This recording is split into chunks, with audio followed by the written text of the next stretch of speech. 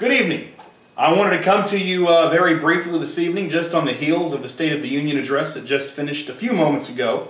I wanted to take care of a couple of things, a couple of pieces of housekeeping work with you. First of all, I know in some previous videos on this YouTube channel I've referenced that I will be doing a video lecture series, video commentary series, whatever you want to call it, in the near future. And I, first of all, wanted to let you know that we have arrived at an actual target date now for the launch of that series. It will be called America's Evil Genius. That would be me. And that series of commentary and discussion will begin on Tuesday, February the 15th. That will be the first upload of the full presentation, the full AEG series, America's Evil Genius, so you'll see it right here on this YouTube channel. What you're going to see tonight is really going to be the last of the bare bones presentations that you've seen me do over the last couple of weeks. Coming up in the near future will be, you know, graphics and editing and all the bells and whistles that you want to see out of a good piece of political punditry. So that will occur on February the 15th. I believe it's going to be extremely exciting. I think you'll enjoy it as well. I intend, and I think we intend, on really setting the political environment on its ear. I can't wait to do it. But nonetheless, I'm here tonight sort of by special request. A friend of mine had seen a couple of my previous videos, a couple of my test runs that have been on YouTube recently, and I told him that I wasn't going to do any more of these videos until we got the full presentation and all the kinks worked out. But he said he wanted to see one more. He wanted to see one based on the State of the Union address tonight and my reactions to it. So, you know, I couldn't turn him down. I agreed to do it. So here I am with some immediate reactions to that. The first thing I want to mention to you before I go any further is that I am taping this immediately after Obama's State of the Union address. And I'm doing this for a very specific reason. If you go back in history and you look back at previous State of the Union addresses and what has happened in the day or two following it in the media and the commentary world and that kind of thing, what you always see is you'll have the State of the Union address, and then right after it you'll have the response from the opposing party. And for the next couple of days after that address, you'll see the media, whichever side of the media it is, the left side media or the right side media, Fox and those folks, whoever they are, you'll see them take kind of the talking points of either the State of the Union address or the response to it and just kind of follow those talking points for a couple of days. I wanted to break from that tradition. I wanted to do something a little bit different. I am, as you know, very right-leaning, very conservative, extremely conservative, you might say.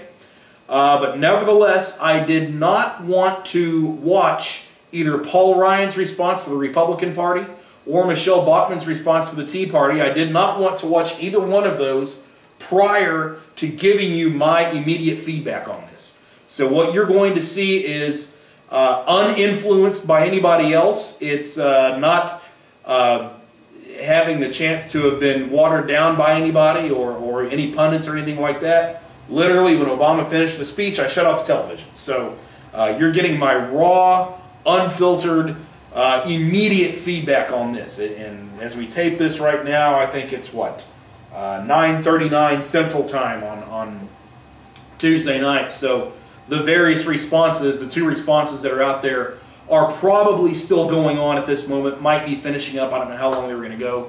I'll watch those later. But I wanted to give you an unfiltered response to this. First of all, let's take a moment and just kind of reset ourselves to what exactly a State of the Union address is, so that we know we're analyzing this in the proper tone. I know the Constitution makes certain demands of a State of the Union address, or letters. It used to be. It wasn't until Woodrow Wilson that they started actually delivering these things before a joint session of Congress. But in reality, in this day and age, a State of the Union address is effectively something similar to an employee going into his boss's office for his quarterly review or monthly review. If any of you out there have a job where you're reviewed more than once a year, and you know, maybe a bi-yearly review or a quarterly review, something like that, this is similar to an employee going into one of those review sessions and making his opening statement.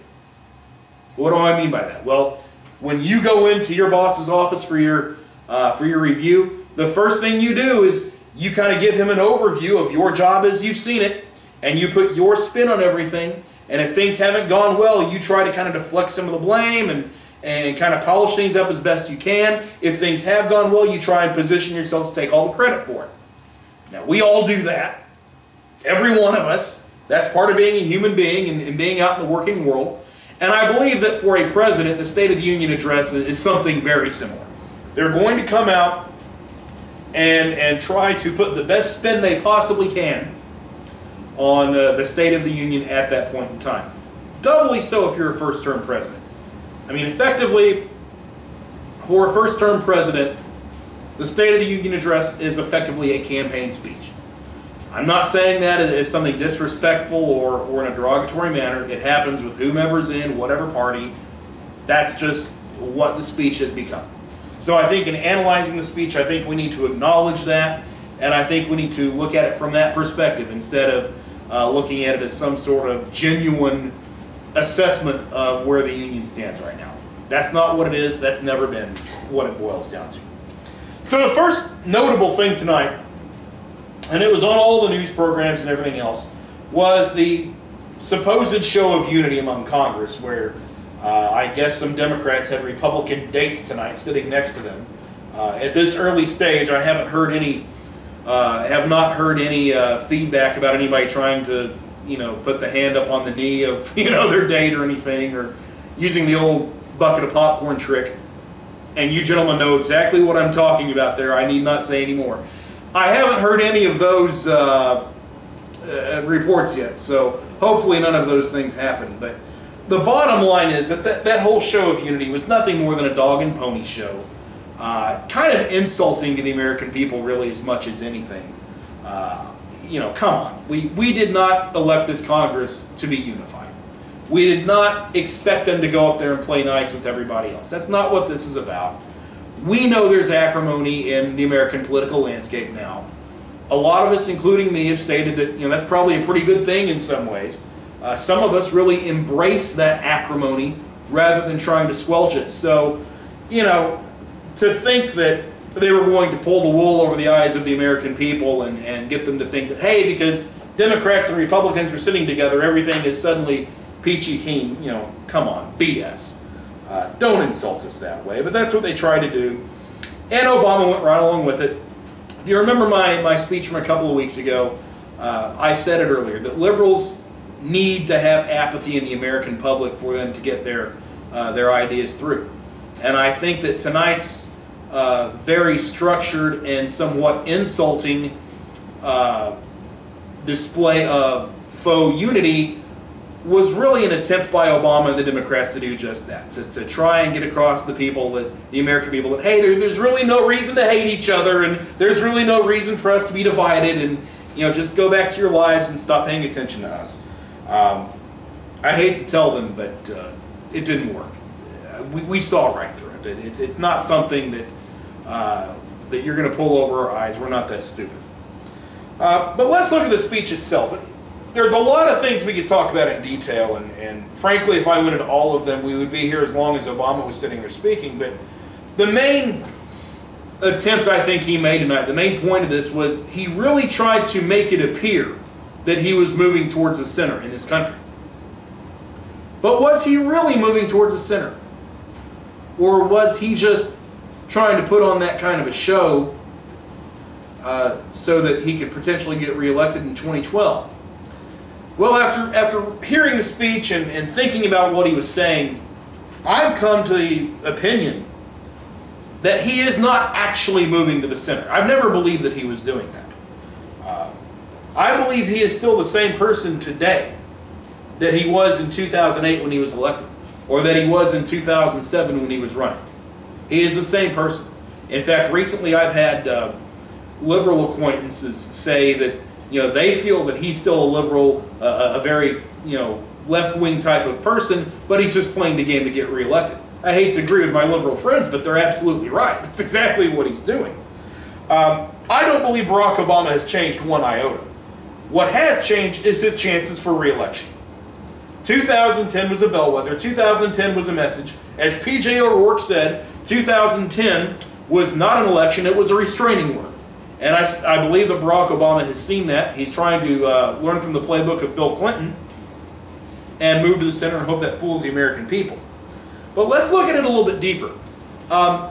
Again, understanding that the State of the Union address is essentially a campaign speech, therefore it's going to be light on detail and heavy on pie-in-the-sky imagery, and heavy on the rhetoric. Think about what Obama said tonight. He really talked a lot about all these wonderful things he wants to do, and well, we want to educate these people over here and create these green jobs over there and reduce our spending over here. And of course, not much in the way of detail on how he's going to do that. But how many presidents truly do that in the State of the Union address? Very few. But one of the most interesting things he talked about was finding ways to merge, consolidate, and organize the federal government. Interesting. Merge, consolidate, organize. On the face of it, those sound like very good things, but notice that he never said anything about reducing the federal government. He never said anything about eliminating pieces of the federal government. He stayed well away from that.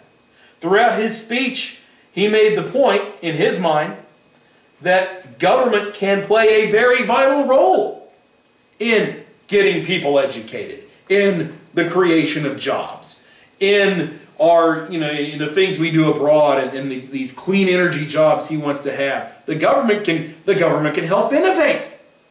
So it's very clear that Barack Obama, when he talks about the investments we need to make in our infrastructure, he's talking about government.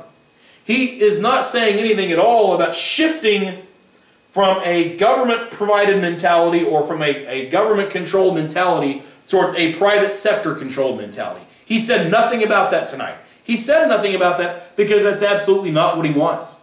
He doesn't want us to go there.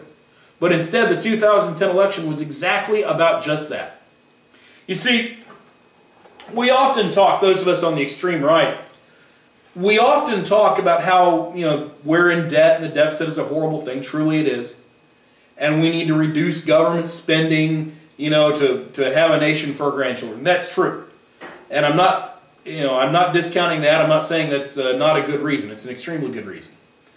But what I think a lot of the people on the left either don't understand or are not willing to understand is the fact that we on the right are not only looking at reduction of government simply in the terms of solving the deficit problem. The deficit problem is sort of a short-term goal. We want to reduce government to increase our own freedom. Because we realize that you cannot have government and freedom in the same place. To the extent that you have government, you reduce freedom. Now, there's a certain amount of government we need to have, of course, in terms of protecting ourselves from our enemies and enforcing, property rights and that kind of thing. Granted. But once you move beyond that, every additional piece of government reduces freedom. You didn't hear Barack Obama tonight talk about reducing government because he doesn't want to. He might want to change a little bit how government looks to pull the wool over our eyes. He might want to have government do some different things. But at no point did Barack Obama seriously embrace the idea of the reduction of the federal government. At no point.